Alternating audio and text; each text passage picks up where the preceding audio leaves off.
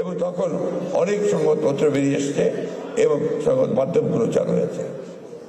আমরা পরবর্তীকালে দেখেছি যে বিএনপি যখনই রাষ্ট্র পরিচালনার দায়িত্বে এসছে তখনই এই গণমাধ্যমকে উন্নত করবার জন্যে বা তাকে উপযোগী করে তোলার জন্যে অনেকগুলো ব্যবস্থা নিয়েছে। তার মধ্যে আজকে যে আপনার এই টেলিভিশন চ্যানেল যেগুলো আমরা দেখছি সেই সময় কিন্তু কাজগুলো শুরু হয়েছিল। আমাদের কমিটমেন্ট খুব পরিষ্কার। আপনারা দেখেছেন যে আমরা 31 দফাতে খুব পরিষ্কার করে বলেছি যে আমরা একটা স্বাধীন গণমাধ্যম আমরা দেখতে চাই এবং সেটাকে তৈরি করতে চাই।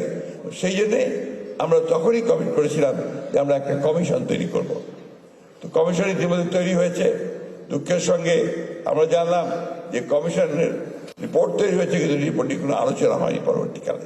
যাই হোক, আমরা আশা করি যে আমরা যদি আপনার সরকার পরিচালনার দায়িত্ব জনগণের মাধ্যমে পাই তাহলে আমরা নিঃসন্দেহে এটাকে অগ্রাধিকার ভিত্তিতে আমরা দেখবো বলে আমরা বিশ্বাস করি। একটা কথা না বলেই পারছি না, সেটা হচ্ছে যে আপনাদের সাংবাদিকদের তো অনেকগুলো ইউনিয়ন আছে, বিএফইউজে, বিজেইউসি, আবার দুই দলের দুই ভাগ আছে, 3 ভাগ।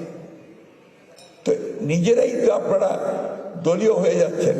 আজকে সাহেব যে কথা বললেন, রাজনৈতিক দলগুলো তো আপনার কাউকে পকেটের মধ্যে নিতে চায় না, কিন্তু আপনারা যদি পকেটে ঢুকে যান তখন কিন্তু দ্যাট বিকামস এ প্রবলেম। কারণ আমরা দেখছি তো যে আপনার গত 15 বছর কি হয়েছে।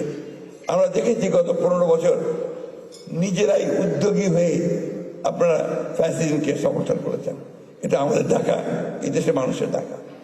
তো সেই জায়গাগুলোতে আপনাদেরও কমিটমেন্টের প্রয়োজন আছে যে আপনারা ওই জায়গাগুলো থেকে নিজেরা বাইরে থাকবেন।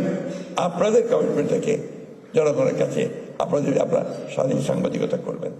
আমি বক্তব্য বাড়াবো না, সবার আগে এসছি, সবার শেষে বক্তব্য রাখতে গিয়ে যেটাকে বলা হয় যে তো ভালো, এখন অনেকে আছেন বেশিরভাগ চলে যাওয়ার কথা।